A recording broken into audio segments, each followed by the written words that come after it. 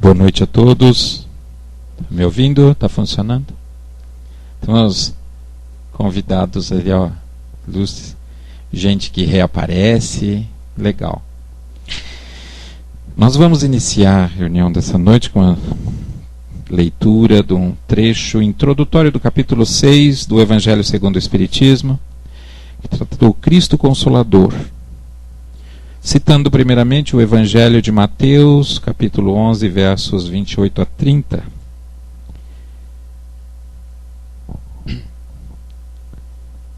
Que reproduz as seguintes palavras de Jesus: Vinde a mim, vós todos que andais em sofrimento e vos acheis carregados, e eu vos aliviarei. Tomai sobre vós o meu jugo, e aprendei de mim, que sou manso e humilde de coração, e achareis repouso para as vossas almas, porque o meu jugo é suave e o meu fardo é leve. Todos os sofrimentos, misérias, decepções, dores físicas, perda de entes queridos, encontram sua consolação na fé no futuro, na confiança na justiça de Deus, que o Cristo veio ensinar aos homens. Porém, para aquele que não espera nada após esta vida, ou que simplesmente duvida, as aflições pesam muito mais, e nenhuma esperança vem suavizar sua amargura. Eis o que fez Jesus dizer: Vinde a mim, vós, todos que andais em sofrimento e vos achais carregados, e eu vos aliviarei. Entretanto, Jesus coloca uma condição à sua assistência e à felicidade que promete aos aflitos. Essa condição está na lei que ele ensina. O seu jugo é a obediência a essa lei. Mas esse jugo é suave e essa lei é leve, uma vez que impõe por dever o amor e a caridade. Nós vamos parar por aqui na leitura e deixar esse pequeno trecho à reflexão de todos.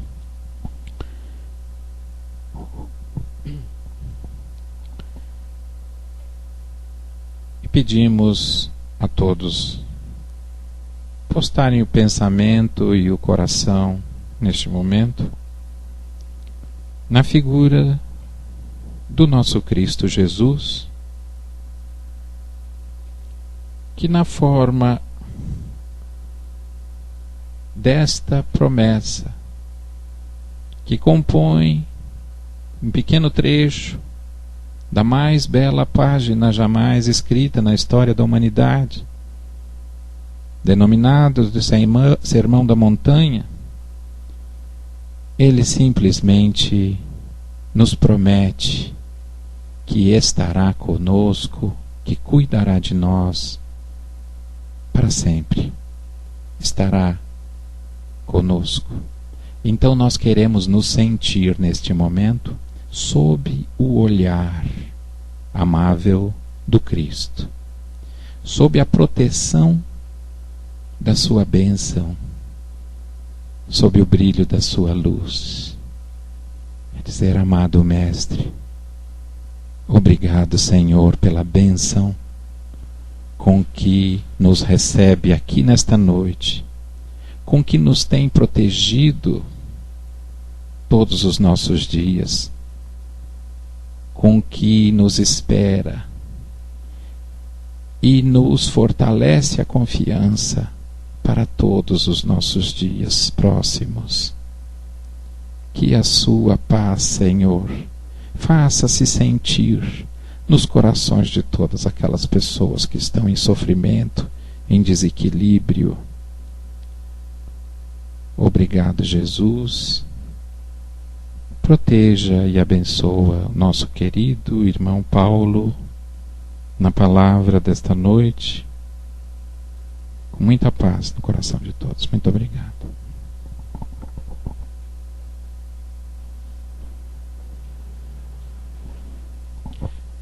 Conosco, como eu já disse, o Paulão Cruz.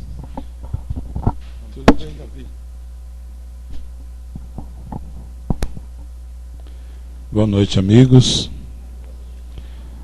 É muito gostoso estar com vocês. E hoje a gente encerra um ciclo de 3 conversas, né? Hoje é a 3ª conversa. E é claro que a presença da dona Marcelina aqui dá um molho especial. Eu que sou fã de carteirinha dela, né? Há muito tempo já. E que bom você estar aqui hoje. O assunto de hoje é complexo porque nós somos complexos, né? Somos seres altamente complexos. Mas, por outro lado, a nossa intenção não é esgotar o tema. Pobre de nós, né? Mas a Patrícia me deu algumas informações que eu adorei. Ela disse: Paulo, você precisa ir lá concluir, porque olha, as pessoas estão comentando, alguns concordaram, outros discordaram, fizeram perguntas, algumas coisas não ficaram bem explicadas. E na verdade, doutrina espírita é isso, né? Porque é uma ideia de Jesus que foi lançada ao planeta para seres que estavam em condições de assumir as consequências sobre os próprios passos. Seres que já não precisam de demônio, né? Quando as coisas não vão bem, a culpa é do demônio. Não é o nosso caso. Ou seres que já começam a entender que as ferramentas para traçar a própria estrada está em si mesmo. Então, quando esses seres se incomodam e questionam, mas será que é isso, né? Quando sai da zona de conforto, isso é muito bom. Principalmente porque nós estamos falando sobre o nosso funcionamento, né? Como é que a gente funciona? E esses 3 assuntos são sobre 3 manifestações de cada um de nós espírito, né? Por que isso? Porque na dimensão de espírito a gente não tem muita consciência da gente mesmo, não é assim? Por exemplo, como espírito, eu não estou limitado a tempo e espaço. Como é que é isso? Como é que é não ter espaço? Eu não consigo imaginar existir sem espaço, né? Então o universo para nós encanta, não é assim? Quando a gente começa a pensar nas distâncias, nas galáxias, estrelas maravilhosas, o nosso próprio Sol, uma estrela de 3ª grandeza, nos encanta, além do que ele nos alimenta, né? Mas é espaço. A nossa casa, o nosso corpo, as pessoas, a distância, a luz como manifestação, é espaço, e tudo isso regido por tempo. A ideia de começo, meio e fim, ela está aqui, né? No nosso pensar. A gente concebe tudo no universo através de tempo e espaço. Mas em espírito nós não temos esses valores. Nós somos muito maiores do que isso. Só que infelizmente a gente não tem percepção disso, né? A gente não tem consciência disso. Então o que nós precisamos? Das manifestações físicas, para que através dela nós vamos percebendo que somos muito maiores do que as nossas manifestações. Como espírito, nós somos muito maiores do que o nosso campo mental, que é onde nós elaboramos as primeiras formas de manifestações, né?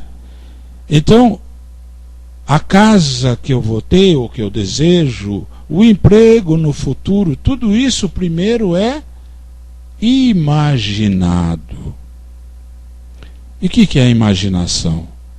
É um pensamento revestido com desejo, Olha só. Então, eu desejo alguma coisa, começo a criar imagem em ação, imaginação. Onde? No campo mental. Então, a nossa vida toda acontece primeiro no campo mental. Mente, né? Do campo mental, essas manifestações se adensam e se manifestam no próximo corpo, especialmente aqui no planeta Terra, espíritos que estão no nível que nós estamos, né? Alguns mais evoluídos, outros não, mas nós estamos manifestando o nosso aprendizado no reino humano. Isso quer dizer que existem outros reinos, né? O próximo reino onde nós estaremos desenvolvendo a nossa evolução é o reino angelical, né? Os anjos, espíritos já de uma iluminação própria bastante acima da nossa, mas ainda não seres perfeitos, né? Aliás, o que seria um ser perfeito, né? Numa evolução infinita, o que é um ser perfeito? Pois bem, mas nós já conseguimos desejar, imaginar, projetar o próximo reino. É importante que a gente já comece a entender o que é ser um anjo, né? Porque nós somos seres humanos com limitações, mas com muitas possibilidades ainda não exploradas. Pois bem, a nossa manifestação, o assunto de hoje é o perispírito. O perispírito é um corpo de manifestação e ele é físico, gente. Perispírito é matéria. Ah, mas a ciência não consegue provar isso. É verdade. A nossa ciência ainda não consegue decifrar outros fenômenos que estão bem antes do perispírito. Por exemplo, nosso cérebro. Então, a década de 2000 a 2010, é considerado pela neurociência como a década do cérebro. E, com certeza, nessa direção, a nossa ciência vai chegar ao perispírito.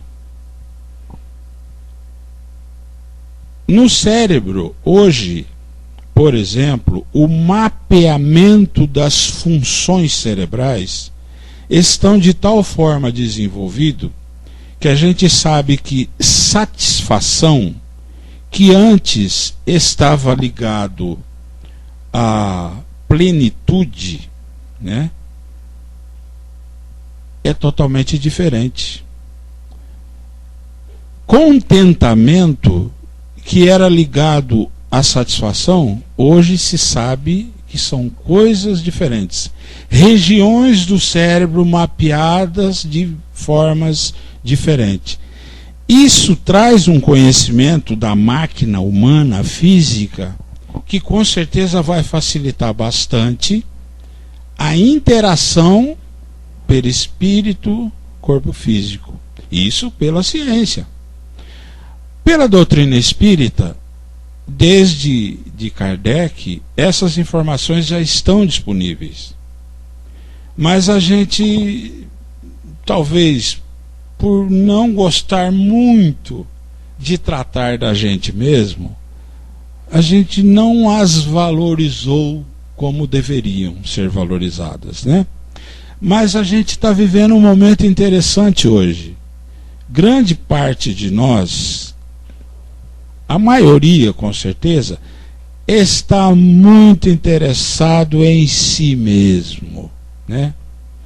Como a gente descobriu que tudo que acontece conosco é responsabilidade nossa, e que se a gente quer que mude, a mudança precisa acontecer em nós primeiramente, Então existe um desejo muito grande hoje de se entender como é que a gente funciona nos mínimos detalhes.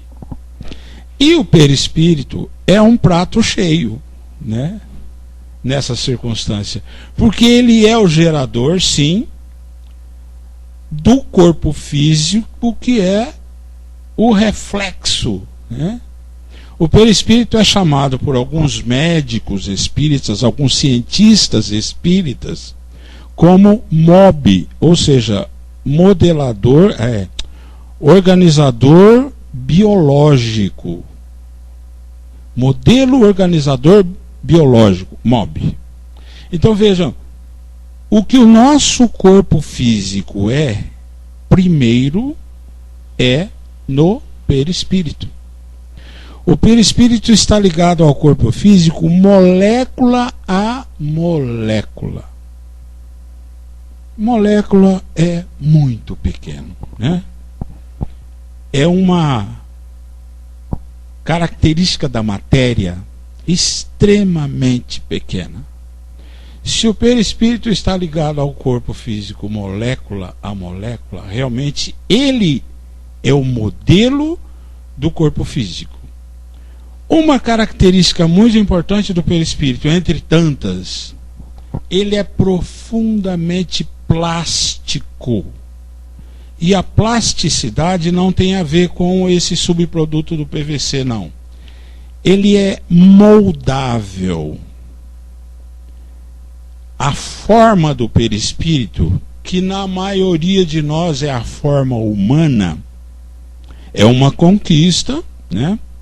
Mas que a gente precisa de alguns procedimentos para que ela se mantenha. E tudo o que acontece no corpo físico é reflexo do perispírito e vice-versa. Qualquer alteração no corpo físico também se reflete no perispírito. Então, por exemplo, os meus cabelos brancos, se alguém olhar hoje, meu perispírito está lá com cabelos brancos, né? Então, se eu desencarno agora, provavelmente eu vou ficar algum tempo no perispírito com cabelos brancos. E com essa aparência de 56 anos, até que eu tenha força mental o bastante, né? O pensamento focado bastante para mudar a forma da maneira que eu gostar. Esse tempo é diferente para as pessoas. Tem pessoas que quando desencarnam, elas já emergem o perispírito do corpo físico com a forma maravilhosa. Outras continua com aquela forma sofrível do final da encarnação por séculos, às vezes, muitos anos. Por que isso, se o perispírito é plástico, é volátil, é moldável? Por que o tempo diferente? Porque nós pensamos de formas diferentes. Nós focamos energia na nossa maneira de pensar de formas diferentes. Tem aqueles que se concentram no que desejam, plasmam no corpo mental com mais eficiência. Portanto, o perispírito obedece com mais velocidade, com mais rapidez. Tem aquele que não consegue focar o pensamento. Sabe aquela pessoa que diz, eu não consigo me concentrar? E é bonito quando ele diz isso, porque é uma forma de se conhecer. Olha, se eu depender de mentalizar, de concentrar, não vai dar certo. Por incrível que pareça, existem exercícios para isso. Por isso que é bom a gente se conhecer. Você é daquele que quando está orando, ruídos, temperatura, não te incomoda? Pensamento concentra? Tenha certeza que você tem uma ferramenta poderosa de criar manifestações, né? Ah, você não consegue se concentrar? Existem exercícios para isso. E a partir desse momento a gente começa a dar valor nesses detalhes, porque é sobre nós, né? Como é importante um pensamento que foca. Então, livros como O Desejo, que fez sucesso há um tempo atrás, né? É possível sim. Mas o nosso pensamento é uma ferramenta muito maior do que isso. A gente plasma essa e as futuras encarnações pelo pensar, né? Construir mentalmente. E quanto mais eu consigo me envolver com uma imaginação, mais rápido é o tempo da manifestação dessa imagem. O universo se dobra ao pensamento do homem. Então, pensar é uma ferramenta poderosíssima. Pois bem, o perispírito, como nosso corpo de manifestação material, como dissemos, ele sempre é formado da constituição cósmica do planeta aonde o espírito vai experienciar a sua evolução. Então, para encarnar no planeta Terra, um espírito que venha, seja de onde for, precisa criar aqui o seu perispírito, né? Isso aconteceu inclusive com Jesus, que teve que se reduzir drasticamente, né? Abrir mão da maioria dos seus atributos de luz para poder caber, né, nas emanações de um perispírito humano e poder encarnar para trazer a sua verdade libertadora para todos nós. Outros tantos, né, não ao nível de Jesus, mas todo espírito iluminado, quando ele tem que passar por um processo desse, ou seja, trazer mais luz àqueles que têm menos, ele sofre.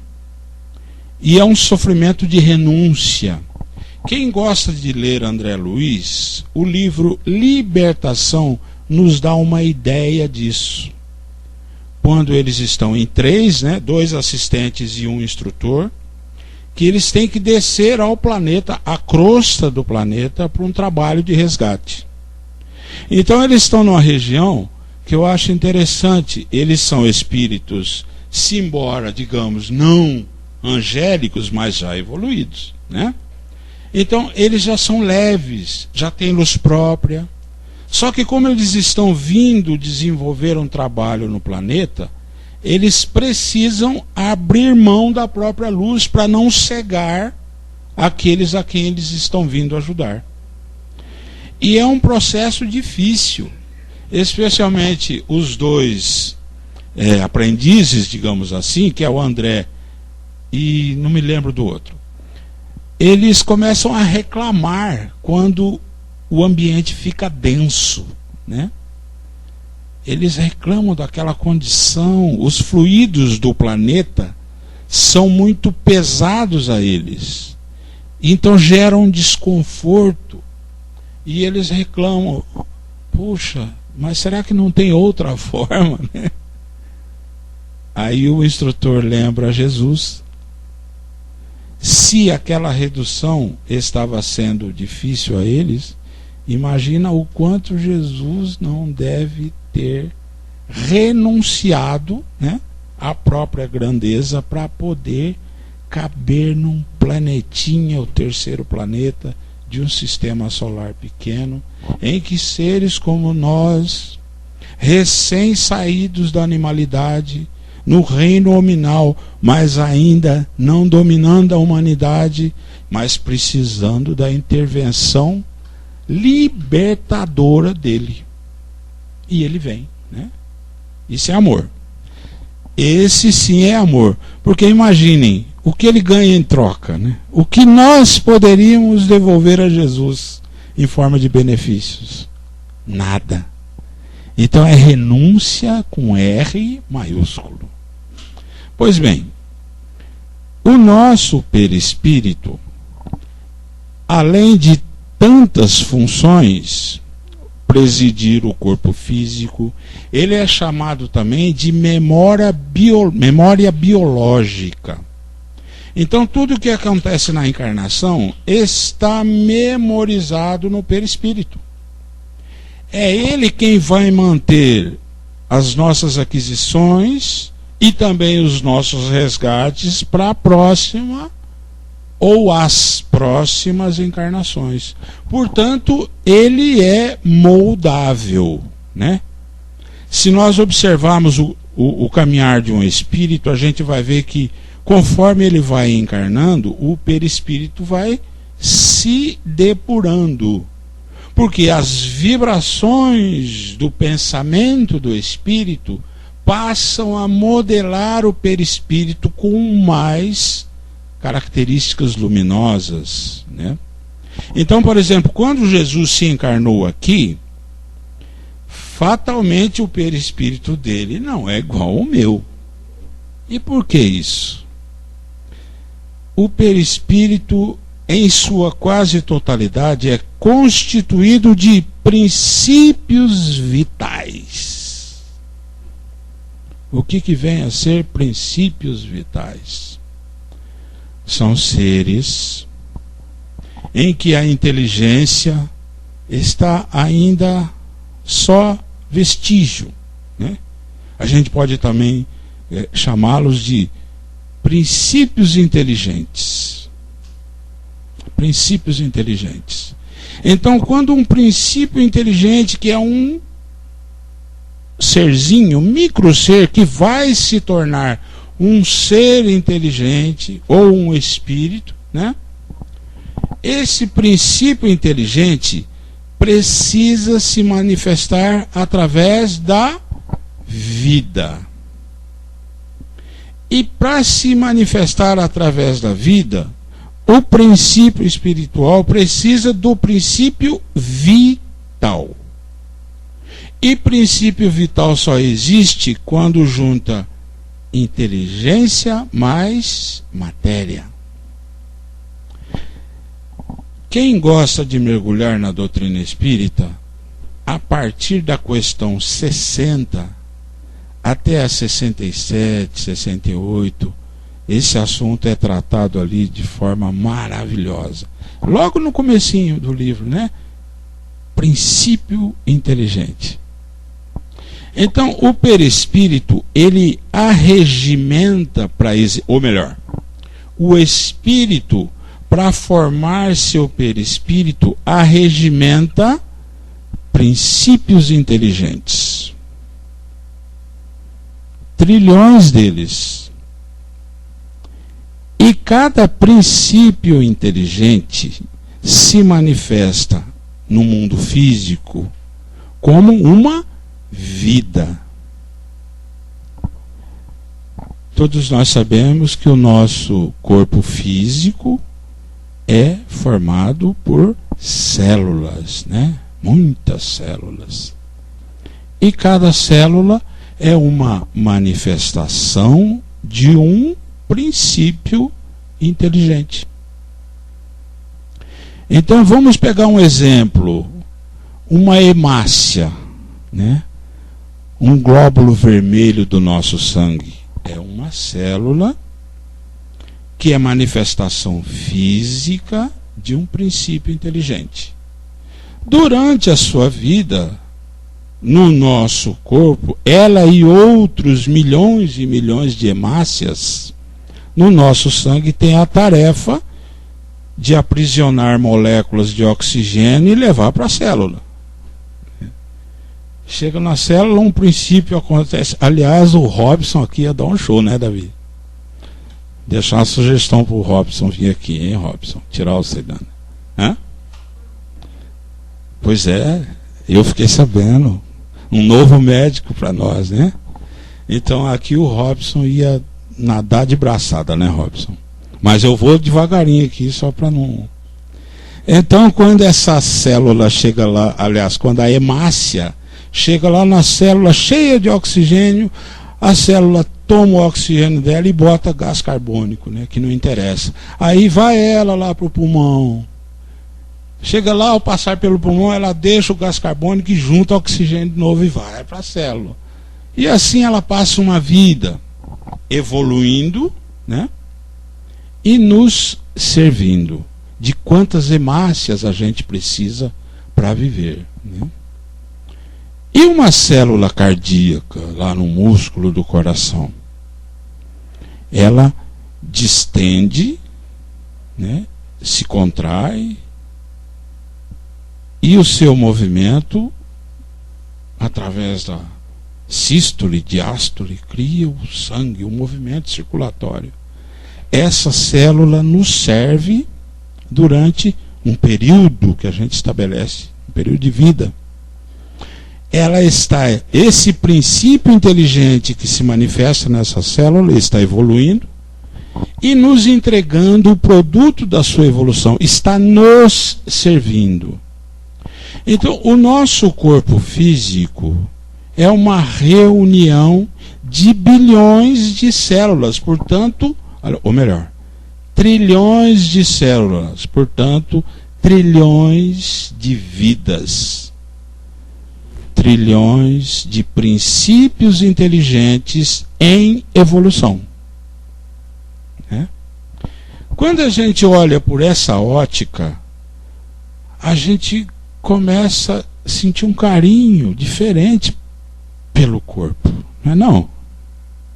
São vidas e vidas e vidas para que a gente viva, para que a gente tenha um tempo na carne, né? Para melhorar as nossas manifestações de sentimento, de pensamento, de relacionamento.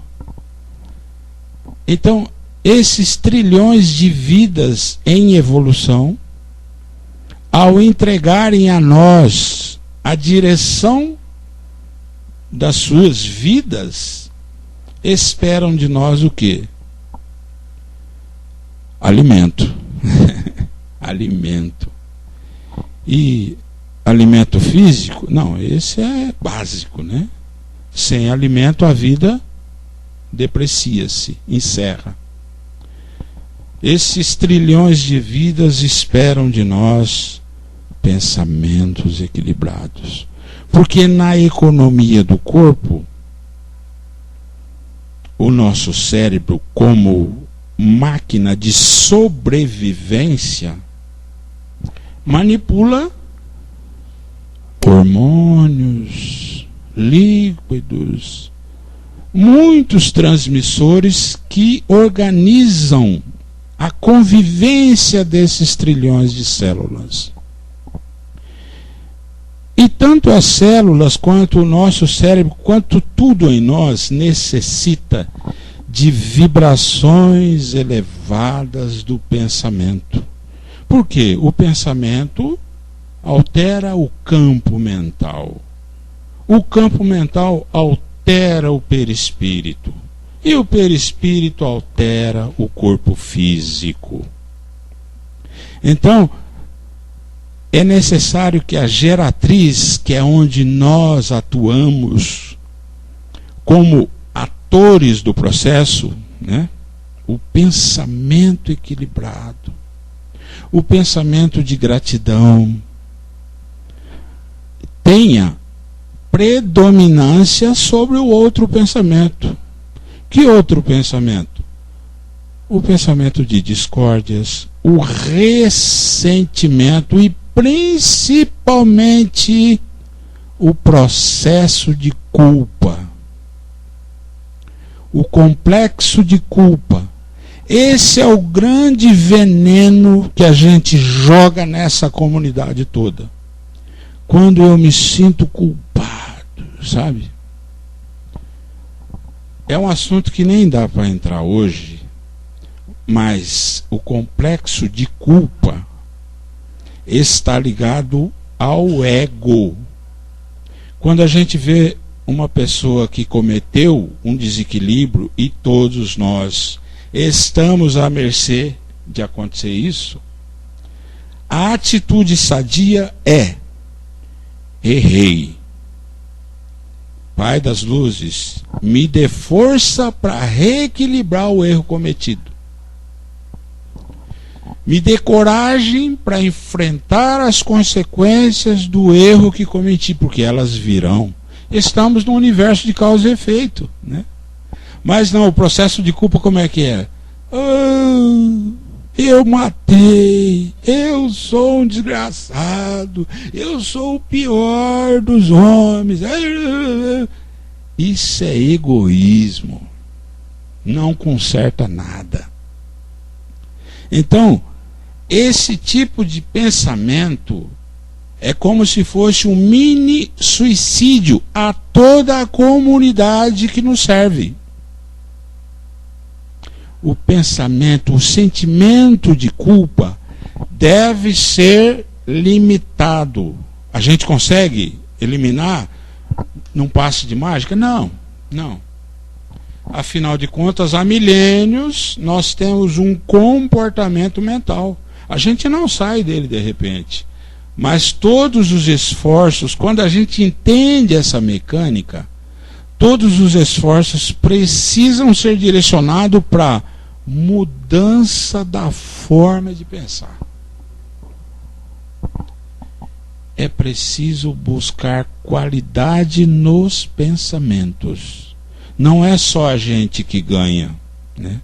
Deveria ser óbvio. Se é bom para mim, ótimo. Não.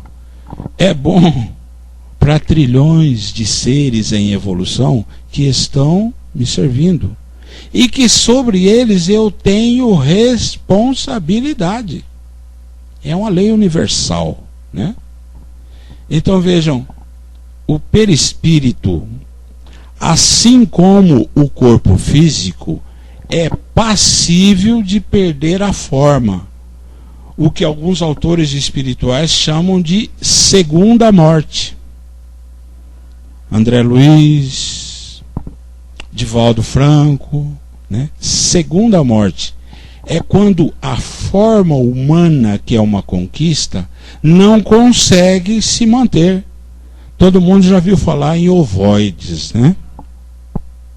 São seres, espíritos como nós, que perderam a capacidade de manter a forma humana.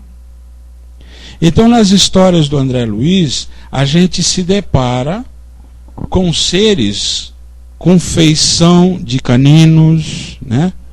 Pássaros em regiões sombrias, com feição de cobra.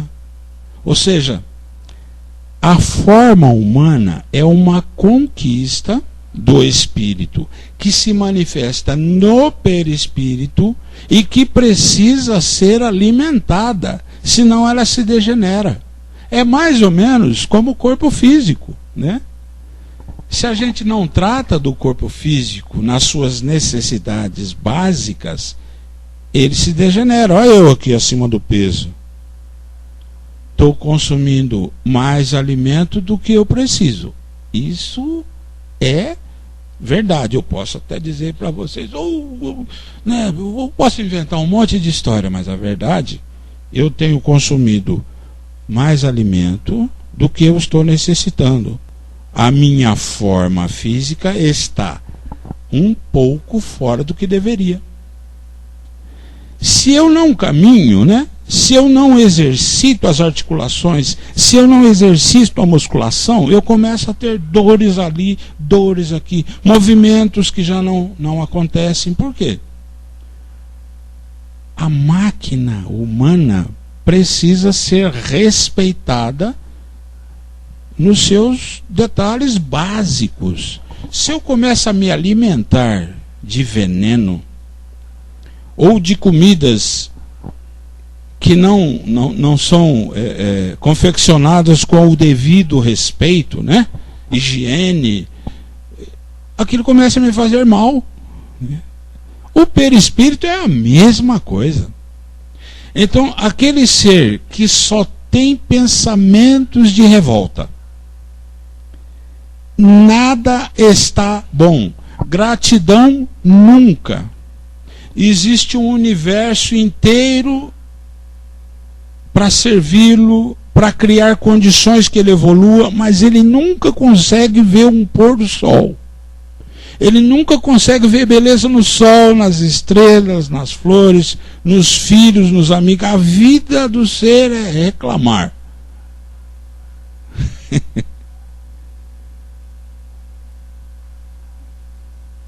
Como diz Dona Marcelina, ele está ralado. Porque vejam, é alimento perispiritual, né? Esses trilhões de vidas precisam de otimismo, precisam de imaginação sadia, precisam de ideal, precisam de desafio. É como se fosse uma necessidade básica, atávica, melhorarmos o nosso padrão mental. Senão, não é apenas a gente que perde, é uma comunidade toda, né? Então, nós estamos encerrando essa conversa sobre como a gente funciona, como eu disse no início, sem a menor intenção de ter falado tudo.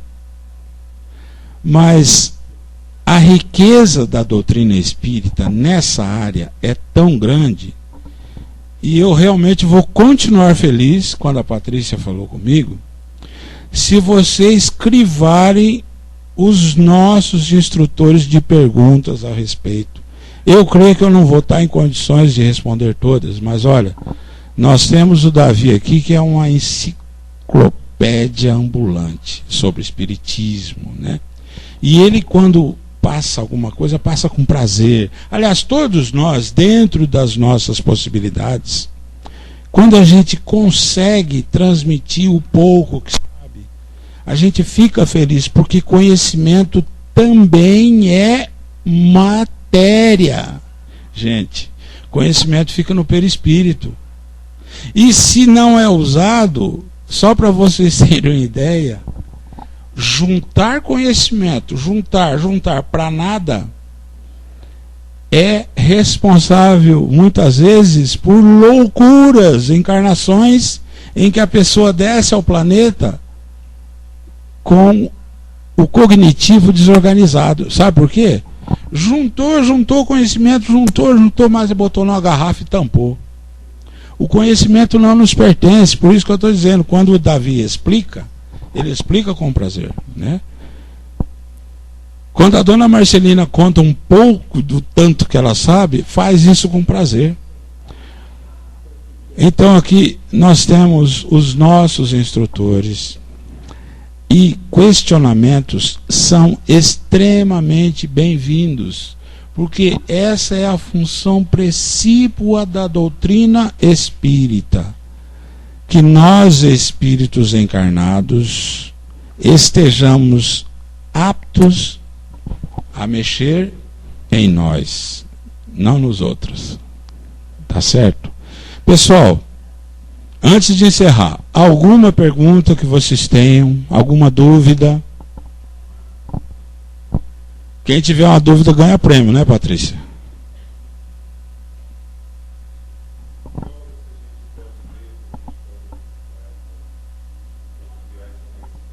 Nossa, obrigado pela pergunta. Então, ali, o Livro dos Espíritos, a partir da questão 60, sobre perispírito, vida, princípio inteligente e princípio vital, das 60 até as 70, mais ou menos, né? Na sequência entra vida e morte, quer dizer, seres orgânicos e inorgânicos. A Gênese, eu já disse da outra vez e volto a repetir, tem um capítulo que é maravilhoso, especialmente para os médiuns e para nós que nos servimos dos médiuns, né? Na hora do passe, por exemplo. Esse capítulo da Gênese se chama Fluidos. Mas olha, é uma maravilha a gente entender como é que a coisa chega, né? E o que a gente precisa fazer para que aquilo se adentre, porque senão bate e espirra, né? E as obras do André Luiz, que é toda romanceada, então sabe aquela hora que a história fica chata? É a hora que a gente mais aprende. Porque é quando ele para a narrativa da história para falar de conhecimento, né? E conhecimento é o que nos traz libertação, né? Então as obras do André Luiz, eu gosto muito de Libertação, Mensageiros da Luz, Nosso Lar, que é a primeira, né? Que é onde a gente começa a entender isso. Mas é lógico que são muitas obras. Eu ficaria aqui falando uns 10 minutos Pois não. Muito bom, muito bom. Essa questão está no Livro dos Espíritos, no livro 3 dele, que o Livro dos Espíritos é dividido em livros, né?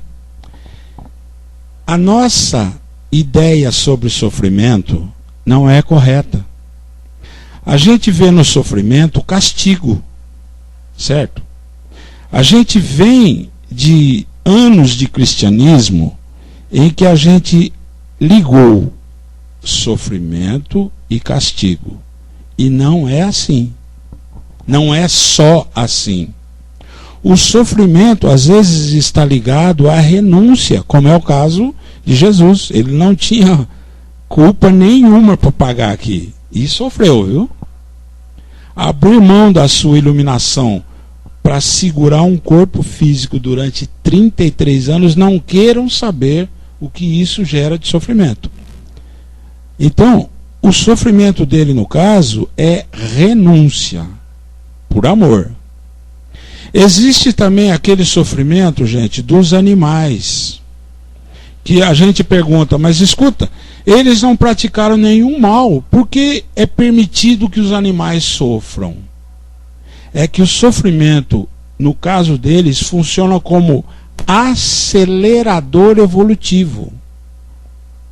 Então, um tempo que ele ficaria numa situação, ele acaba acelerando através de uma predisposição ao sofrer, porque a justiça universal é perfeita. No caso de Chico Xavier, por exemplo, não é um sofrimento kármico. Não. Espíritos de luz, muitas vezes, em missão no planeta, eles se colocam limitações para despertar potencialidades. Essa, aliás, é outra função do sofrimento. Às vezes a pessoa com limitações acaba despertando potencialidades que ela nem sabia que tinha. A gente vê, por exemplo, deficientes físicos que conseguem montar impérios econômicos. Aliás, o maior físico da atualidade, o Hawkins, ele está numa cadeira que ele tem um problema cerebral que ele simplesmente não consegue se movimentar, nem falar. E, no entanto, ele é comparado a Einstein pela coragem, né, e pela, digamos, clareza das suas propostas, das suas teorias. Então, veja, essa função do sofrimento, a gente às vezes não presta atenção nela, mas ela é muito importante e espíritos de luz a utilizam frequentemente. Responde a tua pergunta? Mais alguém? Gente, então, eu desejo muita paz. Volto a dizer da minha alegria pelos questionamentos, né? E sempre que a Patrícia chamar, dentro das minhas limitações, eu adoro estar aqui com vocês. Paz e luz.